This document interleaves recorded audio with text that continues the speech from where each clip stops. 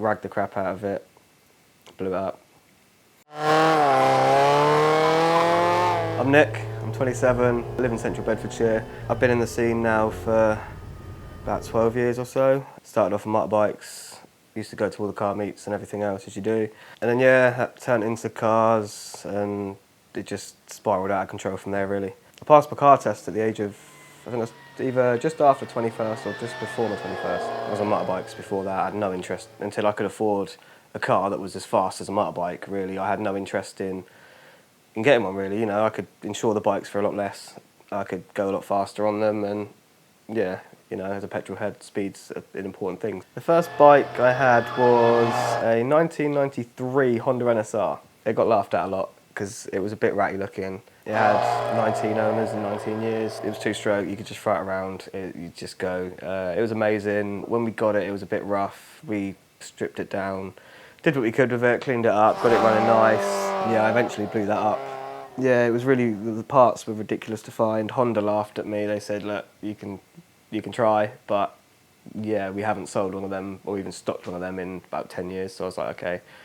I was off the road for 8 months, got it fixed, ragged the crap out of it, blew it up.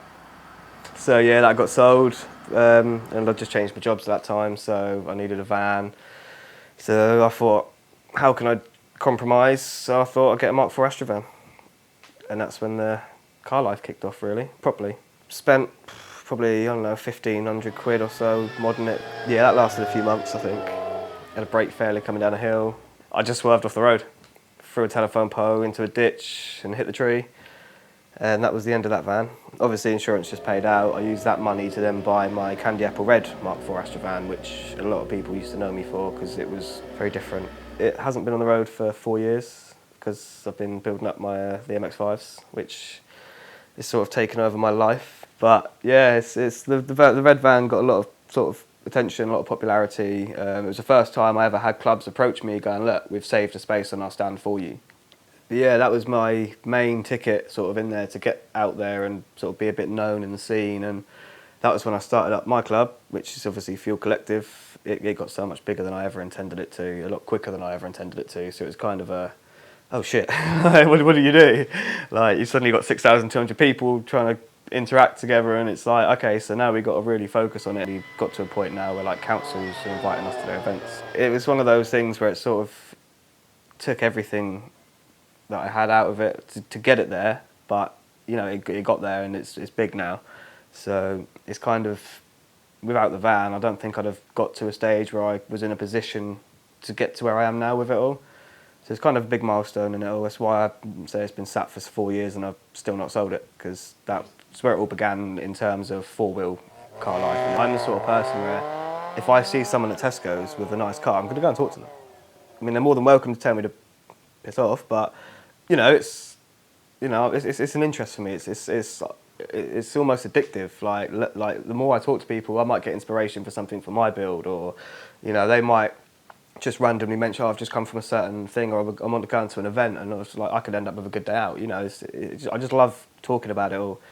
I just always drawn to it. I remember walking to, when I was in year 4.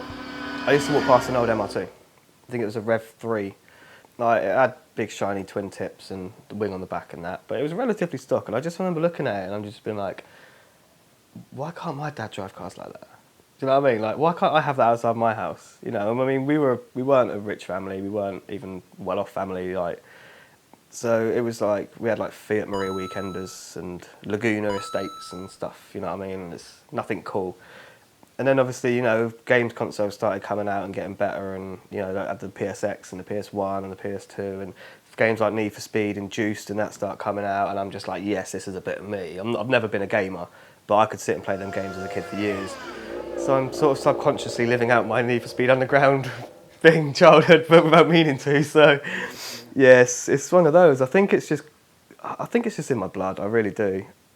I know everyone says that, but I think for me it literally is. Like, it hasn't come from anyone or anything. It's just, I've always been drawn to it. Like, I remember I used to go to work with my dad as a courier, and I'd just be car spotting, bike spotting. You know, I'd see a jet ski on the back of a train, and I'd be like, oh my God, look at that, it's the best thing ever. Yeah, it just kind of kept finding things like, oh, I like this, I like that. And then I got into classic cars. Used to do Ali Pally, Brighton and Hove Classic Car Show, all that sort of thing, all like the crufts of the classic cars. And yeah, I used to see all these cars, and I just remember there's nothing I want to do more than own cool cars and motorbikes. And it's, you know, when you're a kid, you're like, I want to be an astronaut, I want to be a footballer, and it all, you know, it's all fads. You get over it all. The one thing I never got over was wanting to build cool cars.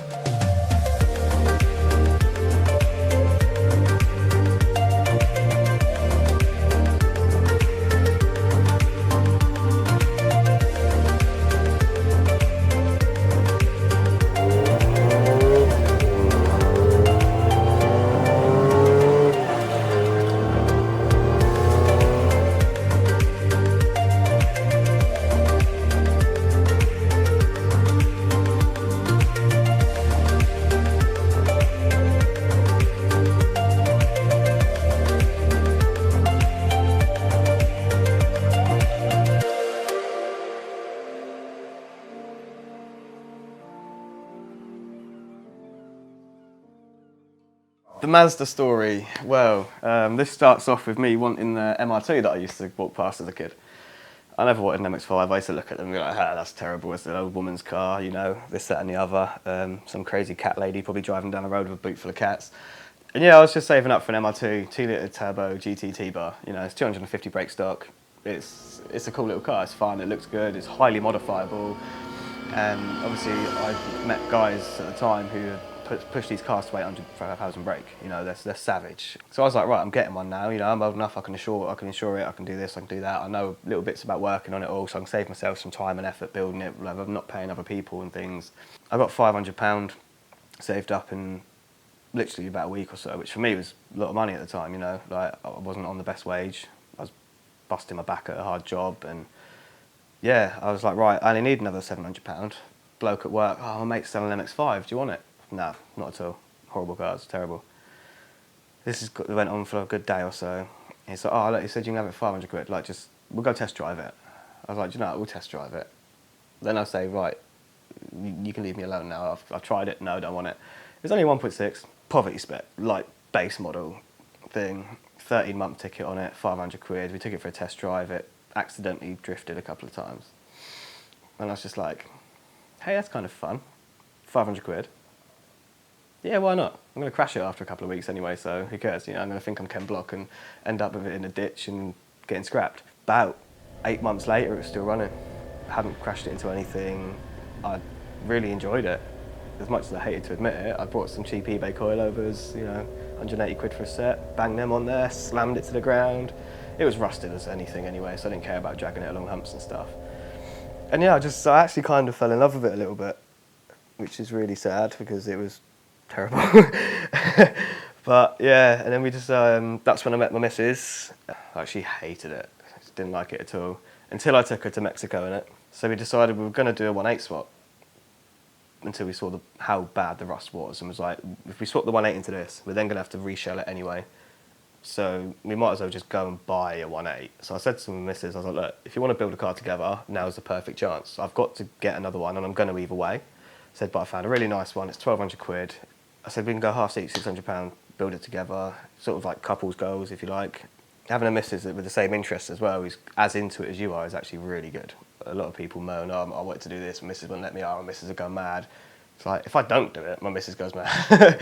So it's kind of cool. So yeah, we went out, brought that, found out it was a 1.8 VVT, full extensive service history. It was great, it was immaculate, it smelled like a new car still. 1,200 quid, can't go wrong. And we loved it, like we spent quite a lot of money doing it up, prattling around in it, shredded God knows how many sets of tyres.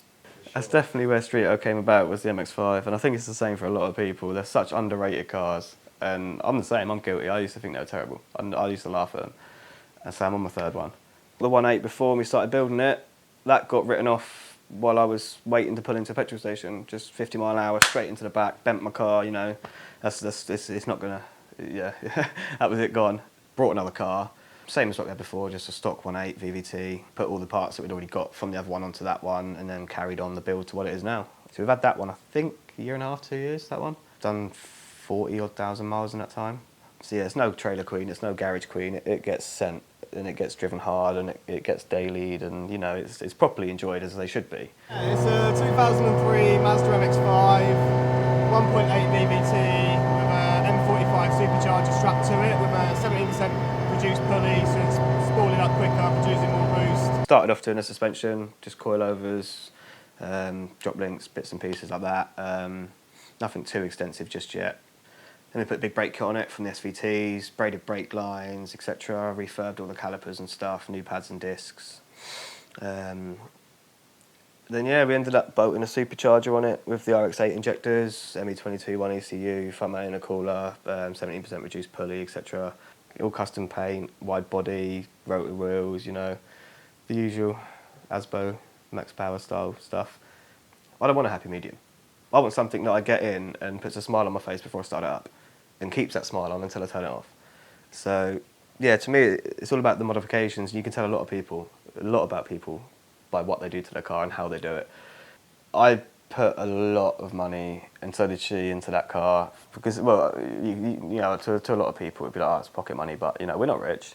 Yeah, we haven't got mummy and daddy's money. We haven't got savings. We haven't got inheritance. None of that lot. You know, we've literally worked for what we've got. Bearing in mind it's a £1,500 car, most people are smart enough to not do this. We pumped thousands into that to get it ready for the next show season, just for it all to be shut down. And it was kind of like, wow, like we couldn't afford to do that. We didn't have the money laying around. You know, we sacrificed and compromised on a lot of life to get it to a stage where we're like, do you know what, we're finally happy to actually show this off. You know, we're actually proud to be in it, because that was a big problem for us, is we loved the characteristics of the car, but we hated the appearance of it. It didn't match us at all. You know, we didn't like it, it didn't suit us, it didn't express us as people, and it was a big problem. It was really, we couldn't love the car like you should because of that. It was almost like you feel like you're driving someone else's car. It's like, yeah, I like it, but it's not mine. You know, and so we pumped a lot of money into that, you know, the body kit, the paint. And it wasn't just a bolt on, it was a case of cutting all the arches back, getting it all welded. You know, we tried to do everything as properly as we could. I can't wait to get in that Mazda. Every time I come out the house and I walk past it, I pad it on the roof, I talk to it. Like, it's my baby, I love it. It's my little creation. If we had to stop now, we wouldn't be happy, if you know what I mean. There's a lot more to do until we're at that stage. Yeah, it would be very weird, very depressing if it was done.